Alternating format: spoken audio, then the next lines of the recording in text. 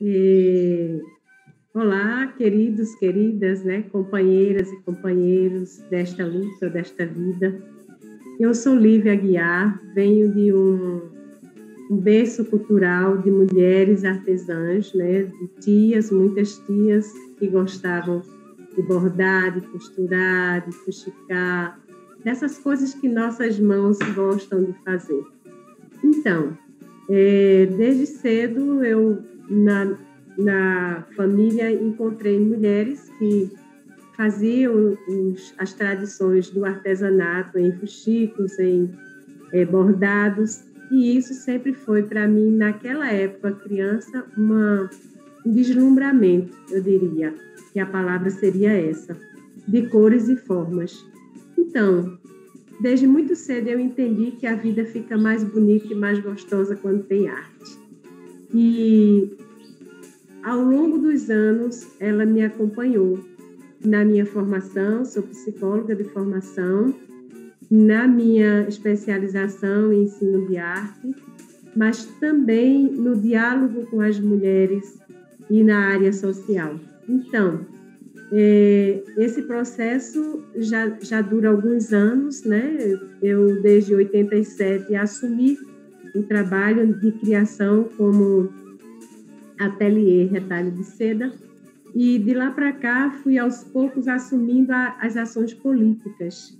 Eu diria que sou uma mulher pernambucana, hoje olindense há 30 e poucos anos, que é uma cidade que eu adotei como meu lugar de crescimento, e que as minhas preocupações são compartilhadas com as preocupações de muitas e muitos artesãos deste país. Em Olinda, sempre desenvolvi ações coletivas com grupos e com mestres, e aos poucos fui ampliando esse trabalho para o Estado, ocupando lugares de discussão e de debate sobre o artesanato. Por que artesanato? Tantas linguagens, né, tantos saberes, mas o artesanato ele tem como prioridade esse lugar coletivo das mãos. Então, hoje eu tenho pela frente um novo desafio, que é trazer a experiência de uma vida de dedicação a esta linguagem para contribuir com o trabalho de cultura em Olinda, com essa representação política, né? Então, a candidatura vem no objetivo de somar para fortalecer, para crescer, para ampliar a participação dos artesãos e artesãs desta cidade, né, deste lugar, nas políticas públicas de cultura. Então, com esse objetivo que nós, ao longo desses anos, fomos escutando as demandas e trazendo para construir, junto às gestões, as políticas públicas, no nosso caso, artesanato, mas as políticas públicas setoriais que compõem qualquer conselho. Então, venho aqui trazer um pouco da experiência que tenho, mas também a principal preocupação é ouvir dos artesãos e artesãs de Olinda quais são as pautas que, como política pública, nós temos que implementar, não é? Quais são as pautas para a nossa linguagem? Quais são as necessidades para a nossa linguagem? E nós sabemos que uma delas é o cadastro cultural, não é? Então, a partir desse cadastro cultural, desse mapeamento, nós podemos trabalhar para desenvolver o trabalho na política pública do artesanato e nas políticas de um modo geral, porque o Conselho é composto de 12 linguagens, né? Então, diria que é um desafio, mas para mim é confortável, porque já tenho alguns laços afetivos, né, ao longo desses anos nessa cidade, e que eu desejo colaborar daqui para frente, representando a categoria no município. Veja, uma reflexão que a gente faz e que nós constatamos isso na linguagem do artesanato é a dificuldade, o letramento na tecnologia, que a gente sabe que não é exclusividade do artesanato, mas no artesanato nós percebemos muito isso fortemente, porque nós somos tradição oral, nós temos como berço a cultura popular.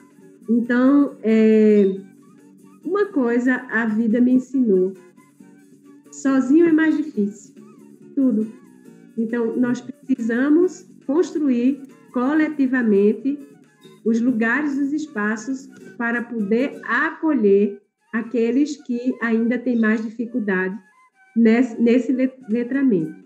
Nós acreditamos que vai levar ainda um tempo para isso diminuir, mas nós acreditamos muito por tudo que construímos até hoje em Pernambuco, em Olinda e no Brasil. Que nós temos de referência hoje da política do artesanato, ela vem de uma construção de quase 40 anos, daqueles que são os fazedores do artesanato, mas também aqueles que se preocupam com esse coletivo.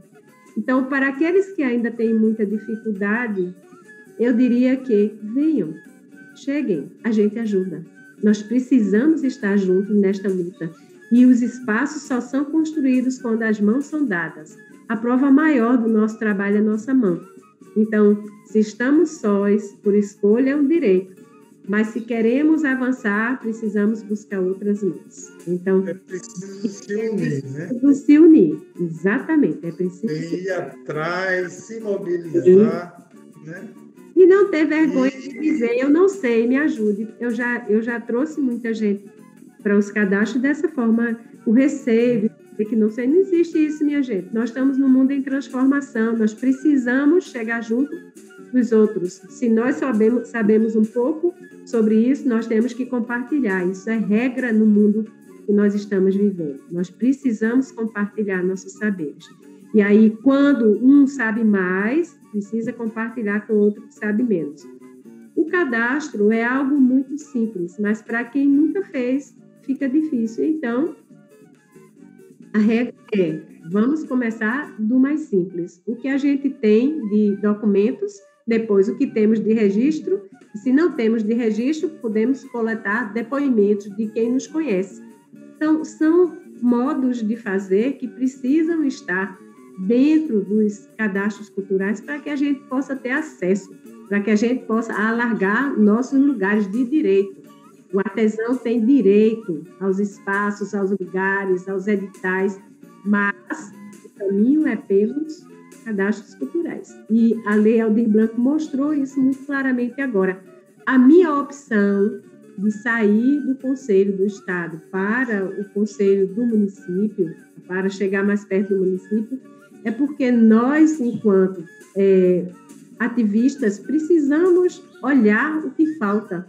E nós percebemos na Lei Aldir Blanc, muitos de nós, que está muito fragilizado o cadastro cultural em cada área desse país, em cada lugar desse país. E a gente precisa fortalecer, se a gente, de fato, quer uma política de direito construída na cultura.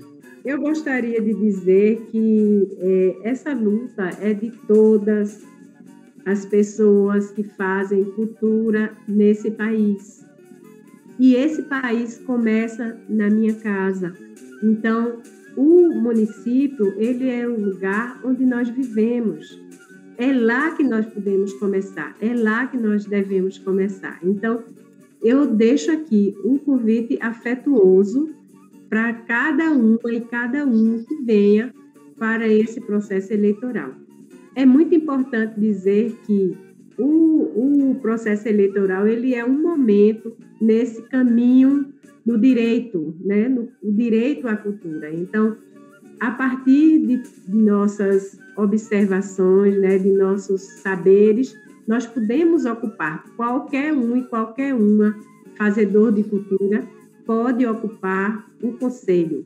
É preciso se preparar para isso e se prepara fazendo esse caminho da escuta, da participação, dos lugares que são representativos, né? As audiências públicas, os conselhos, os fóruns, eles são muito importantes para cada linguagem. Então, no artesanato, nós temos como prioridade a maior participação de artesãos e artesãs em cada município.